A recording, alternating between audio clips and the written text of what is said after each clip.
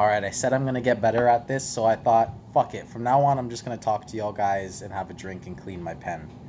But I wanted to talk to all the people out here who are artists or who are wanting to be an artist or just curious about the come up. Is that this is a fucking hard time to be in right now. Because us artists, we make all of our money from touring, especially if you're new. The allure of going to a show to see an artist that's from out of your city is more exciting than the local guy who ciphers on the corner. So with touring being gone and what's happening with me right now is, man, I'm fucking struggling with this shit because all the marketing agencies I worked with shut down last year. So that's a problem number one. Number two is now I'm trying to work with these little playlist curators and I'm getting fucking scammed constantly by them. The dudes who help I've been working with for the last year, either their prices go are astronomically high or they start stealing my money. I've had three curators this week, really good ones I would work with prior, scam me for my money. And it causes a fucking hassle because then you have to go through your bank and it's a pain in the ass to do this shit. But how else do you get it to the masses? You have to be able to work within that realm. So for me, I brought this conversation up with someone the other day because they said, well, that's not necessarily true. Shows in your city are very good. Yeah, I guess if you have a lot of people, but the truth is, when is the last time you went to a show and listened to the artist after? I've performed many shows. I've performed tiny shows, from tiny shows to some bigger ones.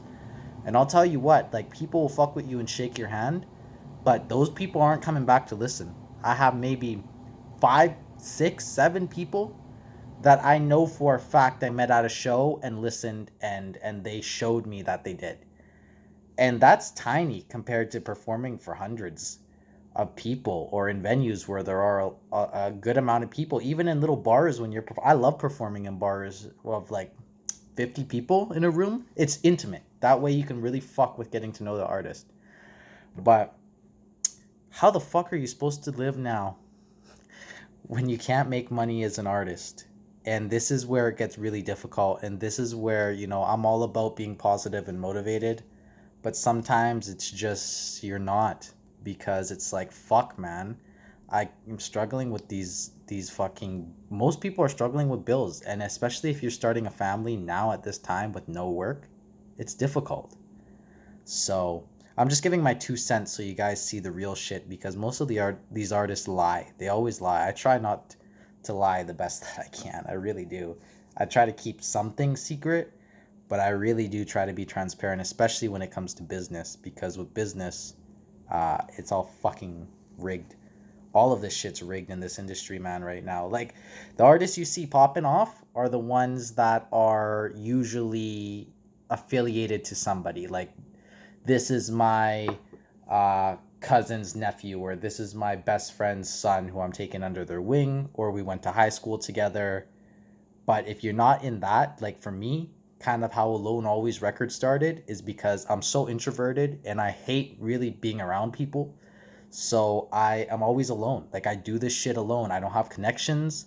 I don't have those friends. And I'm not a bitch in where I'm going to be like one of those guys who fucking hold other guys' balls to be a part of their group. That really does bother me. And I see a lot of that behind the scenes now with these artists that are just acting really funny and in different ways when they're around certain people. And now I'm starting to see, wow, this is what y'all are doing. So the people who have it morally in them and are cut from a cloth are being stepped over. And the thing is to there are those artists who or those proper management companies that will sign you on that do have good ethics and they will bring you on with your good morals and with the knowledge that you have that maybe most people are stepping over you because they want to be part of the fad or part of the crowd. And it makes things very difficult. So being an independent act, when you have labels telling you need to sound a certain way, getting into writing for other artists is you get like $150 and then they take everything, the royalties, everything, until you're that 1% who can like write for a bigger artist or a pop star. But still, then again, you get fucked over. So I looked in, originally starting this music, that's what I wanted to do. And this video is getting a lot longer, but fuck it. I don't feel people rant enough, and I'm in a ranting mood right now, so we're gonna get into this shit, man. Let's get into the street life. Holy fuck, pineapple rum. Oh my god, that's nice. This is where, if you are built from the hip hop culture, you understand it gets even more difficult because now it's easier to get into the streets. It's a little bit easier to step into the game when you need to. I always gave this analogy. If a father has two starving kids at home and he just got laid off because his boss fucked him over, as what's happening to most people. He's trying to get welfare, he's trying to get EI, no one's giving it to him, he didn't have enough hours. But he's really struggling to be a good guy, he comes from that cloth. When your family's starving, it comes through most people's head that, yeah, when I drive by that gas station, I can rob it.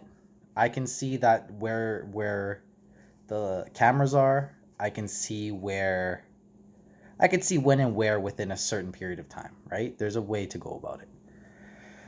And that's what goes through a lot of people's heads, especially when it comes to this music shit, because if you're really invested, and a lack of artists have an education.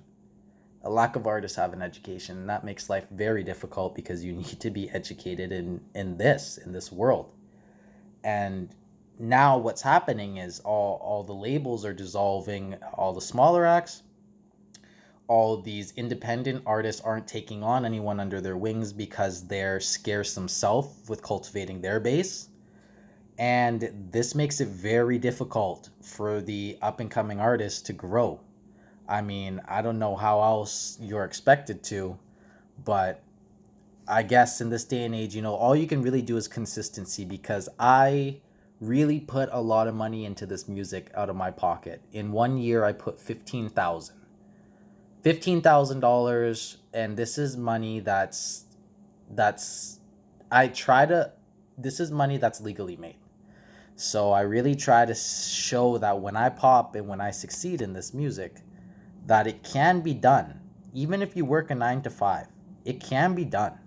And though it sucks, and yes, there's more money to be made going different avenues, in the long term, when you think about starting a family, it's very difficult to want to have to stay a straight line, because you will want to stray off so many times, but you can't, when it's going to cost you your life, or it's going to cost you jail time, or it's going to cost you being in debt. Being in debt is almost just as bad when you're in debt to the government as it is really, it's fucking financial prison. Like, when you're in debt to the government and you owe and have to garnish wages, then it's impossible to live a legal life. And then you start to question the system, like, if I can't do this the right way, how the fuck am I supposed to do this, or why shouldn't I be doing this illegally? Okay, now the rum's kicking in. I'm starting to fucking stutter, but that does seriously bother me as well, because it gets you thinking, right? It gets you thinking, what's your why? I can go on for days talking about this shit, but it gets you thinking, what's your why? Why do you do this? For me, I always tackled, my first projects was self-therapy, and I always tackled mental health. And I wanted to be a therapist, and I could have gone and became a therapist. And I'm not saying I come from a family where you have advantages over others. I'm just saying, being smart, you can do things because you just have to be smart. And for me, I said, okay, I can go to school to be a therapist, but in all honesty, who the fuck wants a job where you listen 8 hours a day, 10 hours a day to people bitching at you over nothing? No one wants to do that. That's terrible. It sounds bad. It's interesting learning about others, but it sounds fucking bad. So I said, okay, how can I help people? I like my story. I think my story is relatable. If you don't know my story, listen to my first project, listen to my other ones. I'm very detailed about coming from really doing this shit. When I started this music shit, I was homeless. And I was sleeping on my buddy's ground. He had a cement floor and he let me stay to shower, and we were both so poor that we split a box of craft dinner for dinner. So it was a lot of nights where your stomach feels like it's touching your spine. And we would do that for a long time.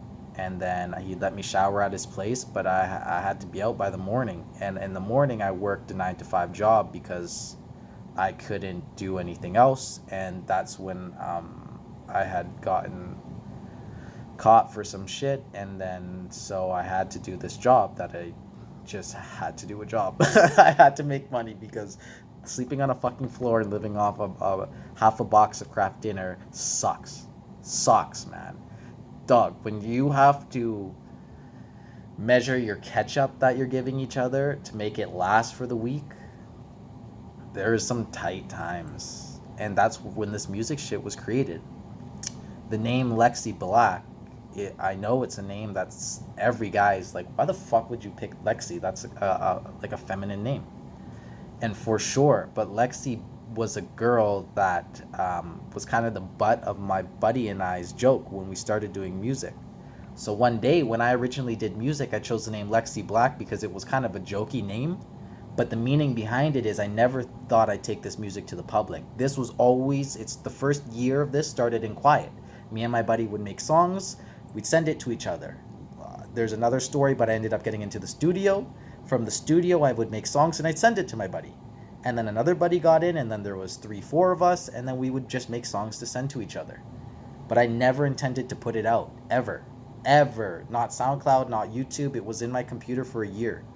And then I started putting it out, And it gets difficult because when your coworkers and your peers around you start, and your fucking girl who can who when you give it to people, then they can sometimes be really negative, and that's a huge vulnerable point when you're doing your music. It's the most vulnerable thing, especially for me being introspective. All I do is talk about being depressed and suicidal, and now you're sharing that with your coworkers, you're sharing that with your fucking uh, everyone, and people look at you funny. People do look at you funny, and people won't support you for until you're in it. I started getting support after I started hitting when I started actually making a little bit of momentum. Then people were like, "Oh, okay, like he really does this shit. His numbers look good. Then I guess we'll fuck with him. I guess he's like an artist and he's doing this and he's driving his passion." I'm like, y'all were the same people 3 years ago telling me that this music shit and that I should just quit doing it. So it really does get to you. It really does get to you. And when you start doing this music shit, I promise you, unless you have a fucking amazing group, there will be a lot of negativity and people will clown you. And the best thing you have to do through that is it takes a long time to block the noise out. But correlating back to the therapy, I said I can help more people through my music and be therapeutic to millions one day versus the 10 clients that I would have otherwise.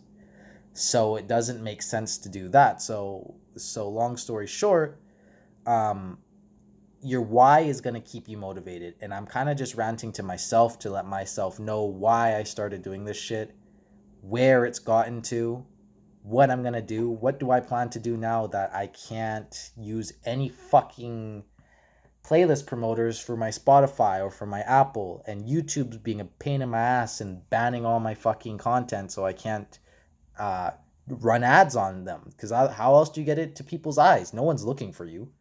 So you have to run ads. And now I'm starting to with Instagram, but with Instagram, it's it feels late. Honestly, it feels being late to the party. It's like when you're late into a party and you're trying to find the leftover girls, and it's a fucking sausage fest. And then it's you don't want to be there. So it's a fucking crowded party right now. That's just how everything is. But that's how the big artists are feeling too. Um, you know, a lot of these bigger acts will always say, that's why they say, get your education. J. Cole says, get your education for a fucking reason, because he's subtly telling you guys, he's being polite about it, but a lot of you guys are not going to make it. and you just need to understand that if your why is not strong enough, if you're doing this to make money or you're doing this because you want to be rich and be a millionaire, it it, it, it it's not going to work for you. That's just something that happens when you're passionate enough about it and you hit the cherry on top. That's like fucking playing slots at a casino and then reinvesting your money and winning more the second time. That's difficult to do. And that is going to be my video today, guys. So keep it up and more advice coming soon.